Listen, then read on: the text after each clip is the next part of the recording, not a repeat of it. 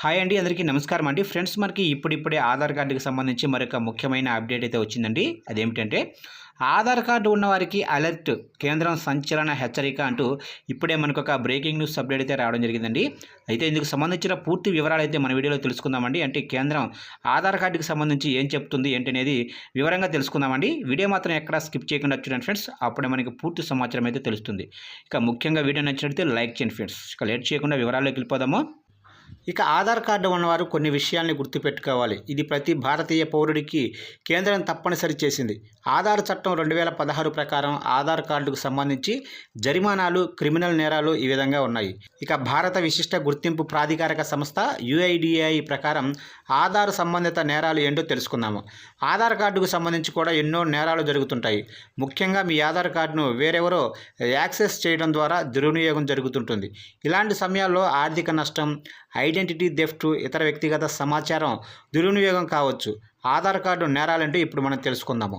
ఇక నమోదు సమయంలో తప్పుడు జనాభా లేదా బయోమెట్రిక్ సమాచారం అందించడం ద్వారా మీరు మోసానికి పాల్పడితే 10,000 జరిమానా లేదా 3 ఏళ్ల వరకు జైలు శిక్ష లేదా 2 పడవచ్చు.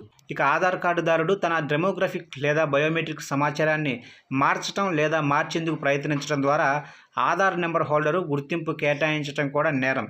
ఇలాంటి సందర్భాల్లో 3 సంవత్సరాల వరకు జైలు లేదా 10,000 వరకు జరిమానా పడుతుంది. ఇక నివాసి గుర్తింపు సమాచారాన్ని సేకరించేందుకు అధికారం కలిగిన ఏజెన్సీగా నటించడం నేరమే. దీనికి 3 ఏళ్ల వరకు జైలు లేదా 10,000 వరకు ఫైన్ ఉంటుంది. అదే కంపెనీ అయితే మాత్రం 1,00,000 వరకు పెనాల్టీ చెల్లించాల్సింది.